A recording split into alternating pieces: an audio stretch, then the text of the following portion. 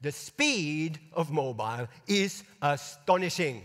Compared to email, this is British study 2012, British Mobile Marketing Report. Email is opened 20% of the time. SMS is read 97% of the time. So to start with, SMS is 5 times better than email.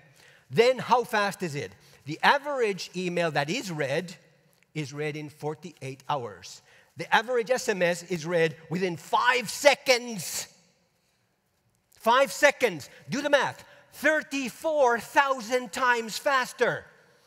If you're an executive and you have a meeting, you have a decision, and you have a colleague who needs a decision, you try doing that with email, bounce back and forth, and a week later we have a decision. Or you do it on SMS and you have the decision in 15 seconds. Hello, they're totally different. Then look at the last part. The average response rate of email is 5%. The average response rate to text messaging is 26%. 5 times more efficient. Multiply this together, 800,000 times more efficient. Why isn't every single business decision ever now done with SMS? Or BlackBerry Messenger, or iMessage, or WhatsApp, but mobile messaging. Email is so horribly dead and old. Why are any of us even bothering to write an email address on our business card? Come on, this is the future. Holland, we are fast. We can do this. Now, how addicted are we to mobile phones? The average person looks at their mobile phone 150 times. This is not the Netherlands. You are mostly smartphones. You're Europe's leader in smartphone penetration. Look at the second bullet point. Smartphone users 200 times per day. For every waking hour, you look at your pocket every 5 minutes. While Tomi speaks, you cannot pay attention. You have to go into your pocket. You have to go there at least 6 times during this presentation. That's how addicted we are. There's never been any technology remotely closely this addictive. Nothing like it. Nothing like it. That's our industry. This is where we are today. Now look what's happening. The status symbol.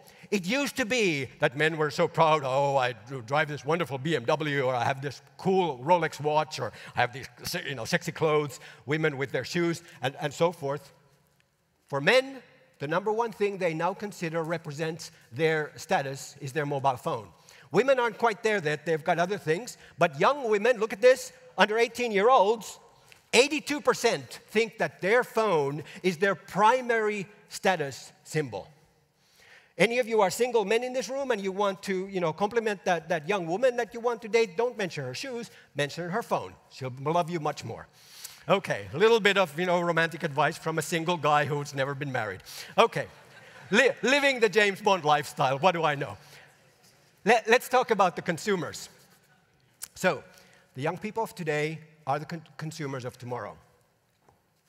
Wi-Fi use. Netherlands. So this is statistics from TNS. The blue part is Western Europe average penetration rate. Dutch will be ahead of this, but Europeans overall, 1 in 3 is using, not that has access to Wi-Fi, but is using Wi-Fi. For us, when we're looking at cellular, and I'm a big Mr. Mobile, cellular guy, please remember, we've got congestion problems. As much as we possibly can, we want to offload some of that traffic. This is a lesson we learned from Japan. Here I know in The Hague you have the cities working on things to do some regions where they want to have some economic development, and they're going to put Wi-Fi access there and so forth. Great initiatives. Recognize, the future is not just cellular mobile. The future is wireless, digital, multi-platform across many platforms. Not just mobile, even though Tomi likes to talk about mobile. So let's talk about mobile. Virtual kisses. If you send to a business colleague a message, email, SMS, whatever, and you put XXX at the end, it means kisses. This results in romance. If you're going to a first date and you send kisses beforehand, 90% of the time, this becomes something really hot after that. So yes, again, a little bit of advice on what you need to do, boys and girls. You want the other one to get really hot and sexy, send a little virtual kiss. But a little bit more practical. This slide, I think, changes humankind. Please internalize the thought on this slide. 1 in 3 New Zealand population, not smartphone users, total population, 1 in 3 has gone into their pocket to find the answer. The truth is in our pocket. So you're having your debate. So who won the Dutch football championship in 1968? Was it Feyenoord or was it Ajax or was it PSV? We go to our pocket, we Google it. We get the answer. The truth is in our pocket. It's a magical truth machine. This changes human relationship with facts, with information, with data. If we as a society are going to an information age, this issue, this point, this change in behavior creates a new type of human. Imagine this 5 years from now, when this is your mother, when this is your father, this is your uncle, this is your aunt. It's not just us techie, geeky people, it's everyone in the Netherlands. This changes humankind, our relationship with information. And then look at a practical example. Half of American smartphone users use their smartphone as their pocket doctor. Also feature phone users, but half of smartphone users. The first place where you go, if I'm having a little pain and I wonder if, is this dangerous or not, and check it in your pocket. Changes our relationship with information. And then if you want to do something silly, when you're bored, you're sitting somewhere at a train station, for example, you're in a bus or something, just lots of people around at the airport, take out your phone and pretend that you're reading a message. And very soon, you will find it's actually, the statistics is 40% of the humans around you will feel compelled to go into their pocket and see if they had a message too. You're not really reading anything. You just took your phone out, pretend to read, and just look around, see, 1, 2, 3, yes, I caught you. Copycat. Okay, grand convergence. Where do we go next? This is my theory of the grand convergence. Those of you who are reading my books, blogs, have seen me write and talk about this. For those of you for who this is a new picture, let me explain. Every one of the arrows is the same length. The thickness of the arrow tells you how big the industry is. So, print is a $1 trillion industry, telecoms is a $1 trillion industry, broadcast is a $400 billion industry, gaming is a $30 billion industry. So the thickness of the arrow tells you how big the industry is, the length is the same. I have taken all of these industries will go into mobile. There's no question now. All of these industries will go into mobile, not 100%, but they'll go 80%, 90%, 95% into mobile.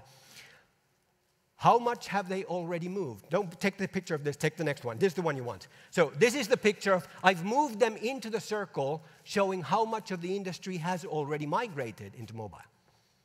And this should be relevant to all of you.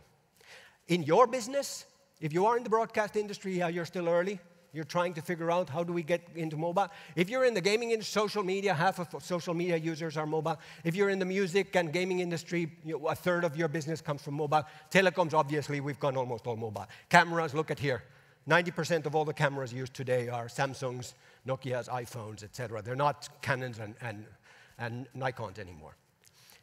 In addition to finding your own industry on this slide, you will see easy places where you can look for know-how and knowledge, and you can look for partners, and you can look for threats. Everyone on this slide is competing for the same piece, and how big is the piece? The biggest race in human history, worth $6 trillion, 5 trillion euros. The world's biggest race ever. How is it possible that a telephone maker, Nokia, becomes a camera maker and competes with Canon and Nikon and Minolta? Because they were all competing in this digital space. How can a computer manufacturer, Apple, start to compete with the music industry? Because they're all going in, this is possible through digital. So that's every one of you, this is the map to your future.